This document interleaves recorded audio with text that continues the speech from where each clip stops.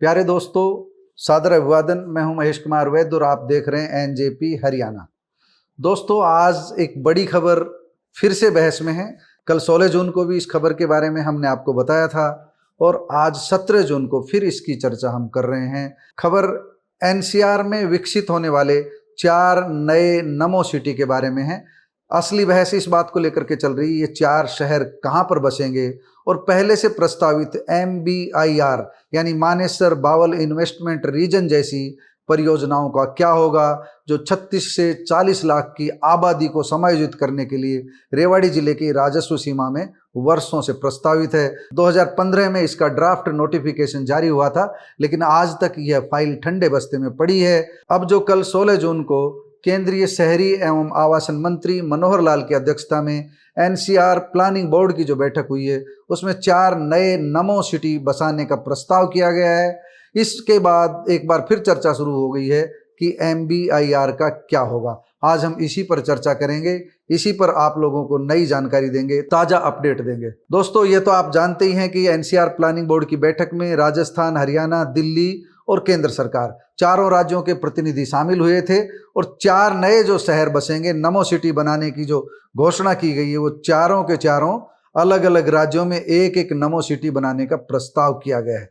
एक नमो सिटी, एक नमो सिटी हरियाणा में, एक नमो सिटी दिल्ली में, एक नमो सिटी राजस्थान में और एक नमो सिटी उत्तर प्रदेश में बनेगा।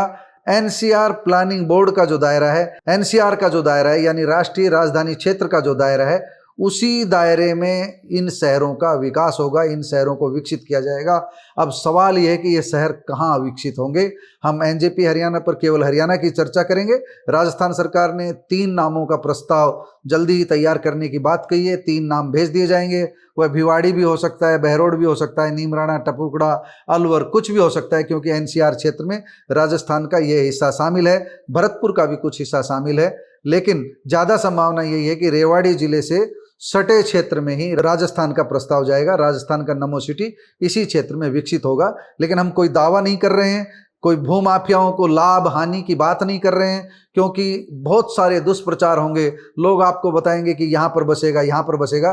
कोई आधिकारिक सूचना अभी तक नहीं है, लेकिन हम अपने बौद्धिक स्तर से, अपने आकलन के आधार पर और जमीनी स्तर पर हकीकत को समझते हुए ये कह सकते हैं कि दिल्ली एनसीआर के जो नए सिटी बनेंगे, नमो सिटी बनेंगे, निश्चित रूप से वह राष्ट्रीय राजधानी दिल्ली के जितने नज़दीक होंगे उतने ही नज़दीक जो है बसाने का प्रयास होगा। तो भिवाड़ी भी हो सकता है, बहरोड भी हो सकता है राजस्थान का, और इसके आसपास का क्षेत्र भी हो सकता है, शाजापुर, इस किसी भी क्षेत्र में राजस्थान सरकार बसा सकती है, वह बहस का विषय नहीं है। अब बात करते हैं हरियाणा की। सीधे सीधे एक जानकारी तो दे ही दी गई है कल मनोहर लाल द्वारा कि जो भी सिटी बसेंगे वह RRTS का जो कॉरिडोर विकसित किया जाएगा उसी के ऊपर बसेंगे। तो कॉरिडोर कौन सा है? दिल्ली, गुरुग्राम, मानेसर, रेवाड़ी, बावल और SNB, यानी कि SNB स्टेशन। SNB का मतलब मैं कई बार आपको बताता रहा हूं, एक बार फिर बता देता हूं। SNB शाजापुर, नीमराना, बहरोड, तीनों औद्योगिक क्षेत्रों को मिलाकर के एक स्टेशन निर्धारित किया गया। SNB बावल से आगे जो स्टेशन बनेगा RRTS कॉरिडोर का, वह SNB का ही बनेगा। और RRTS को अब नया नाम दे दिया गया है नमो भारत। नमो भारत की हमने कई बार आपको बताई भी है चर्चा, कहाँ पर प्रस्ताव क्यों अटका ये हम बता देते हैं कई बार जब भी चर्चा करते हैं। एक बार फिर बता देते हैं कि उत्तर प्रदेश में जो मेरठ का रूट है वह बनकर तैयार हो चुका है और हरियाणा में एक पिलर नहीं लगा है। इसे हरियाणा के नेतृत्व की कमजोरी कहें, हरियाणा के नेताओं की कमजोरी कहें, लेकिन निश्चित रूप से हम कह सकते हैं कि इस ओर उतना ध्यान नहीं दिया जाता जितना दूसरे क्षेत्रों की ओर दिया जाता है। बराबर की बात कही जाती है, सबका साथ सबका विकास की बात कही जाती है, लेकिन यहाँ के लोग अधिकार मांगने के लिए संघर्ष करते रहते हैं। इन्हें बड़ी मुश्किल से कुछ मिल पाता है। एम्स जैसा प्रोजेक्ट लड़ झगड़ करके जिस तरह आया है आप सभी जानते हैं। अगर केंद्रीय मंत्री राव इंद्रजीत सिंह बार बार पैरवी नहीं करते और केंद्रीय मंत्री राव इंद्रजीत सिंह पर स्थानीय लोग दबाव नहीं बनाते तो एम्स जैसा प्रोजेक्ट इस क्षेत्र को नहीं मिलना था। जहां मेरठ रूट बनकर तैयार हो गया है, वहीं पर हरियाणा के RRTS का, हरियाणा के 2 RRTS प्रस्तावित है, दिल्ली पानीपत करनाल और दिल्ली गुरुग्राम रेवाड़ी और SNB, दोनों ही अभी तक कैबिनेट के सामने नहीं पहुंचे हैं, और जब तक कैबिनेट की बैठक में इन पर मुहर नहीं लगेगी तब तक कुछ होने वाला नहीं है। डीपीआर तैयार हो चुकी है, राज्यों से डीपीआर को स्वीकृति मिल चुकी है। डीपीआर मतलब detailed project reports.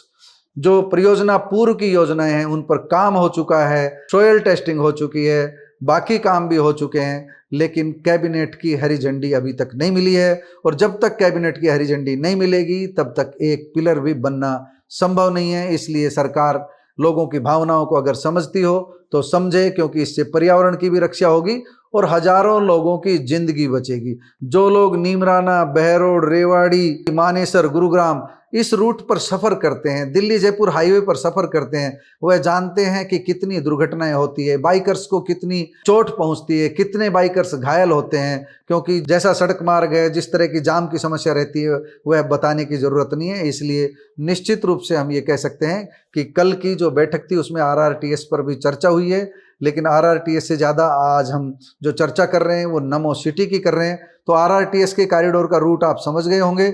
RRTS root पर अगर नमो सिटी का प्रस्ताव आएगा तो निश्चित रूप से रेवाड़ी के आसपास ही आएगा, गुरुग्राम और रेवाड़ी के बीच में ही आएगा। और मानेसर से इधर भी हो सकता है, पचगांव के आसपास भी हो सकता है, राठीवास के आसपास हो सकता है इसका डेवलपमेंट। लेकिन अभी हम यहाँ भी आपको स्पष्ट कर दें कि कुछ नहीं कह रहे हैं, लेकिन एक संभावना हम बता रहे हैं कि आरआरटीएस कॉरिडोर के पास ही यह नमो सिटी विकसित होगा हरियाणा में।